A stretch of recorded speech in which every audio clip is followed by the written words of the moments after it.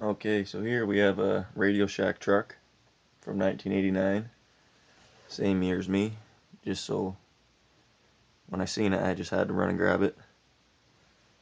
They only made these for about 3 years or 4 years. I think it was only 3 years though.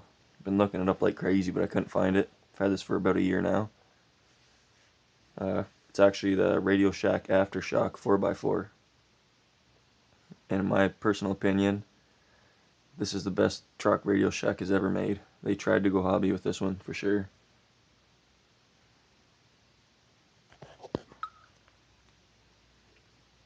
And some of the things I've done to this truck is when I originally got it, I started messing around with batteries because the old original battery that it came with,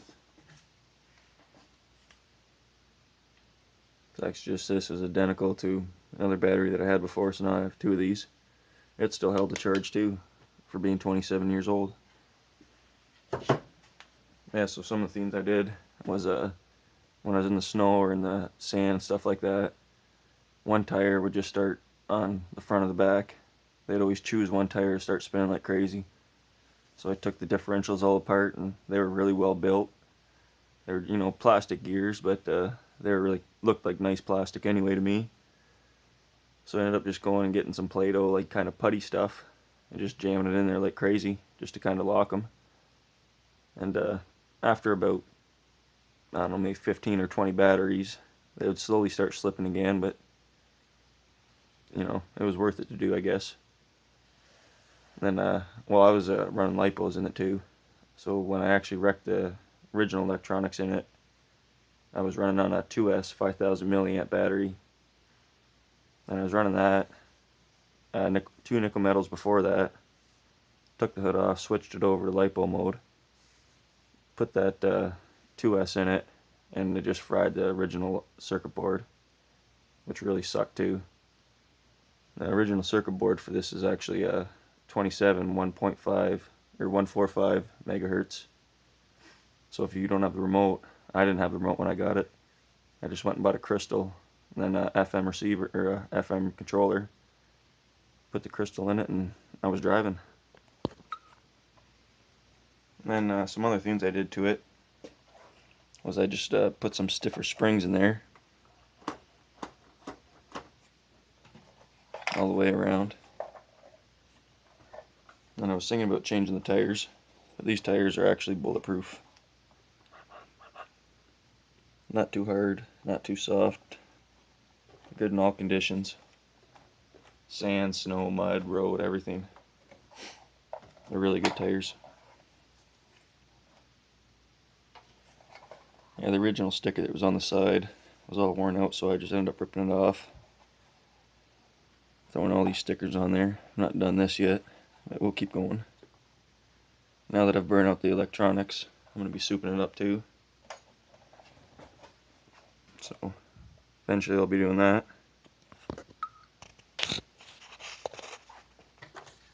So yeah, it's a pretty heavy truck. Pretty big truck too, I guess.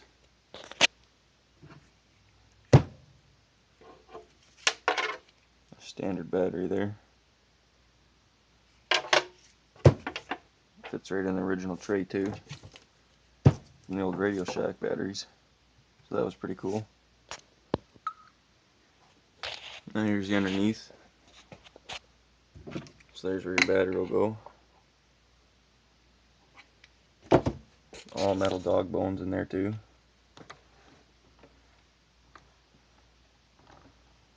And they're just bushings in there too.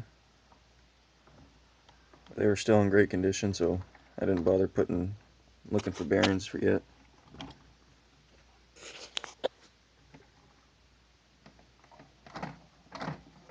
For a Radio Shack truck, geez, this is really nice.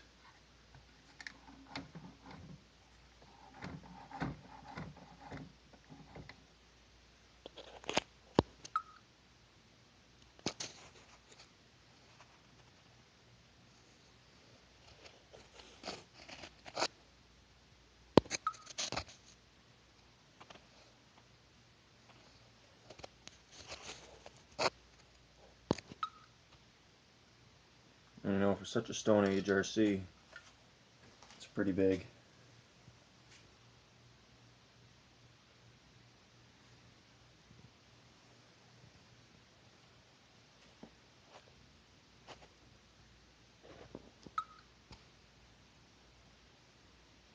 Yeah, stock this car ran on a 7.2 nickel or NiCad battery, 2000 milliamps, and just like a circuit board ESC system, transmitter system. With that stock system and that stock battery, this car would literally jump, climb, you could go trailing with it, and even speed roll on the roads. This truck was kick-ass. But they did only make them for about 3 years or 4 years with this hood on it. And after that, they started making them in the Hummers with the exact same everything, shocks, battery, everything. The whole bottom was all the exact same. Just they started putting Hummers on them. They started putting lights in them and stuff like that. So if you do look them up, you'll most likely find the Hummer. But if you look up the Radio Shack Aftermath, this is what you'll find. You can find some really good running videos. Mine's burnt out right now, so I'm going to be modding it. Okay, just got back from the hobby market. Loaded everything up there. This is what's going to be going on in this truck now. I actually already did start it. I have a servo in there. Just an old school Futaba 380, or I don't even know what it is. But it's pretty reliable. I love my Futaba stuff. It's not waterproof though, so I'm going to have to waterproof it personally. And I got the same ESC that came into my ECX Ruckus. But this one can take 3S actually. So it's a little bit better. That was 70 bucks. I've had these two motors sitting around forever, so I don't know which one I want to put it into. This truck's not really fast. It's really torquey. Probably does about, I don't know, 12 or 15k, or you'd be lucky to do 17k in it. But to try to stop this truck is pretty hard. Like the gear on it's huge. The gear that comes in it probably has to be about a little bit bigger than 2 inches. I don't know. But for sure bigger than anything I've seen in any of my hobby grade cars. That's for sure a torquey truck.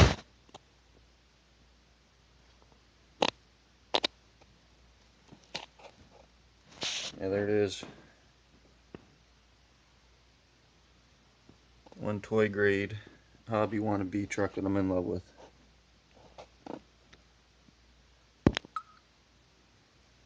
Next video we'll have on this, it will be running. Running with all this here. Just gotta put a tie down strap on her and then we can get going. I'm not too sure which motor to put in there. If it was you, what motor would you put in?